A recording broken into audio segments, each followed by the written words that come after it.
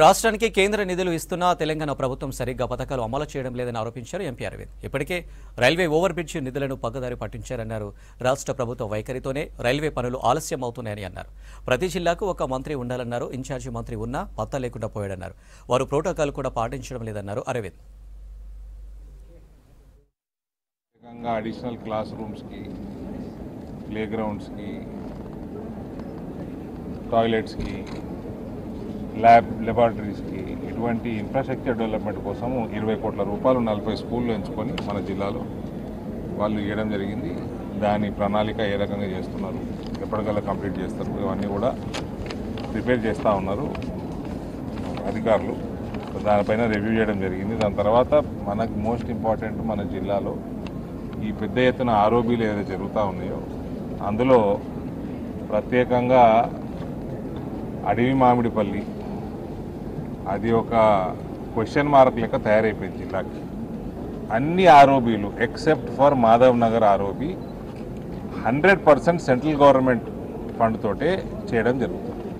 Fund అంతా సెంటర్దే, implement కూడా చేయలేకపోతే ఎట్లనే అండి. మీ ప్రభుత్వం కూడా వచ్చే సంవత్సరం అయిపోయింది. రిక్వెస్ట్ చేస్తూ ఉన్నాము స్టేట్ గవర్నమెంట్ని, కేంద్ర ప్రభుత్వం నిధులు దేనికైతే అలాట్ చేసినరో అది గత ప్రభుత్వం కానీ ఈ ప్రభుత్వం కానీ దయచేసి డైవర్ట్ చేయకుండా ఆ పని మీదనే దాన్ని ఖర్చు పెట్టుండి. అరసపల్లి ఆరోపి ఆన్ టైం ఉన్నది, అహెడ్ ఉన్నది. కాబట్టి నా రిక్వెస్ట్ మాధవ్ నగరు, అడవి మామిడిపల్లి, ఆర్మూర్లో ఉన్న ఊరు మామిడిపల్లి ఈ 3 బ్రిడ్జుల మీద సుదర్శన్ రెడ్డి గారికి మరియు భూపతి రెడ్డి గారికి మా తరఫున రిక్వెస్ట్. కాకతీయ యూనివర్సిటీ భూముల ఆక్రమణలపై ప్రభుత్వం సీరియస్గా ఫోకస్ పెట్టింది. వర్సిటీ భూములను ఆక్రమించి ఇల్లు కట్టుకున్న కేయూ ఉద్యోగులకు షోకాస్ నోటీసులు జారీ చేసింది. ఇప్పటికే విజిలెన్స్, రెవెన్యూ అధికారులు సర్వే చేశారు. ఆక్రమణకు గురైన భూములను గుర్తించి అక్కడ నిర్మాణం చేసిన భవనాలకు మార్క్ చేశారు. దీనిపై రెవెన్యూ డిపార్ట్మెంట్ నుంచి నివేదిక కేయూ అధికారులకు అందించింది. అక్రమ నిర్మాణాలు చేసిన వారికి జీడబ్ల్యూఎంసీ నుంచి నోటీసులు ఇప్పించినట్లు చెబుతున్న university registrar professor Mallareddy Krishnamohan face to face. Kakatiya university భూముల ఆక్రమణపై ఇప్పటికే ప్రభుత్వం దృష్టి సారించింది. విజిలెన్స్ అండ్ ఎన్ఫోర్స్మెంట్, అదేవిధంగా రెవెన్యూ, ఇతర అధికారుల ఫిజికల్ సర్వే కూడా పూర్తి చేశారు. ఎంక్రోజ్ అయినటువంటి బిల్డింగ్లను కూడా గుర్తించి మార్క్ చేశారు. దీనికి సంబంధించి కాకతీయ యూనివర్సిటీకి సంబంధించిన ఉద్యోగులు కూడా కొంతమంది ఈ ఆక్రమణలో ఉన్నారు. అదేవిధంగా మరికొంతమంది బిల్డింగ్లు కూడా ఇక్కడ కట్టారు. వీటన్నిటి మీద కూడా యూనివర్సిటీ ఎలా ముందుకు అడుగులు వేయబోతుంది తెలుసుకునే ప్రయత్నం మనతో కాకతీయ యూనివర్సిటీ రిజిస్టర్ ప్రొఫెసర్ మల్లారెడ్డిని ఆయనతో మాట్లాడడం. సార్, ప్రస్తుతం కాకతీయ యూనివర్సిటీకి సంబంధించి అసలు ఎన్ని ఎకరాలు ఉంది, ఎన్ని ఎకరాలు ఎంక్రోజ్ అయింది, ఇందులో ఎన్ని నిర్మాణాలు ఉన్నట్టుగా మొన్నటి సర్వేల ద్వారా తేలింది? దాదాపు అప్పుడు 670 ఎకరాల పైన ఉండాలి కాకతీయ యూనివర్సిటీకి land. Government Osman university P సెంటర్గా ఉన్నప్పుడు ఉస్మాన్ యూనివర్సిటీనే ల్యాండ్ అక్వైర్ చేసింది. అప్పుడు పీ సెంటర్గా ఉండే 670 ఎకరాల పైన ఉండాలనేది మాకు ఒకటి. ఎందుకంటే ల్యాండ్స్ కమిటీ కూడా ఒక ఎగ్జిక్యూటివ్ కౌన్సిల్ సబ్ కమిటీ నిర్ధారించిన దాన్ని బట్టి 670 ఎకరాలకు పైన ఉండాలి. అయితే ఆ మధ్యన ఒక డిజిటల్ సర్వే చేసిండ్రు కానీ దాన్ని మేము యాక్సెప్ట్ చేయలేదు సేమ్ కమిటీ. ఎందుకంటే వాళ్ళు ఇండ్లు వదిలిపెట్టి కోఆర్డినేట్స్ ఫిక్స్ చేశారు. దానివల్ల మేము యాక్సెప్ట్ చేయలేదు. తర్వాత కొంతమంది స్టూడెంట్స్ కావచ్చు, లేకపోతే కొన్ని అసోసియేషన్లు ఇట్లా ల్యాండ్స్, కాకతీయ యూనివర్సిటీ ల్యాండ్స్ అన్యాక్రాంతమైన కొంతమంది ఎంక్రోచ్ అయ్యారని కాంప్లైంట్ చేయడం వల్ల అయితే ఏమైంది, కాంపౌండ్ వాల్ అనేది ఒకటి కూడా ప్రపోజల్ యూనివర్సిటీ అడ్మినిస్ట్రేషన్ టేకప్ చేయడం వలన అయితే అయింది. అంటే మేము డైరెక్ట్గా కొంత సర్వే వాళ్ళతో చేయించాము ఇటు కరీంనగర్ రోడ్డుకు అండ్ ఇటు డబ్బాల సైడు. ఈలోపు విజిలెన్స్ వాళ్ళ దగ్గర కూడా రిక్వెస్ట్ ఉండే కాబట్టి విజిలెంట్ ఎన్ఫోర్స్మెంట్ డిపార్ట్మెంట్ వాళ్ళు ఇండిపెండెంట్గా సర్వే చేసుకుంటూ వచ్చారు.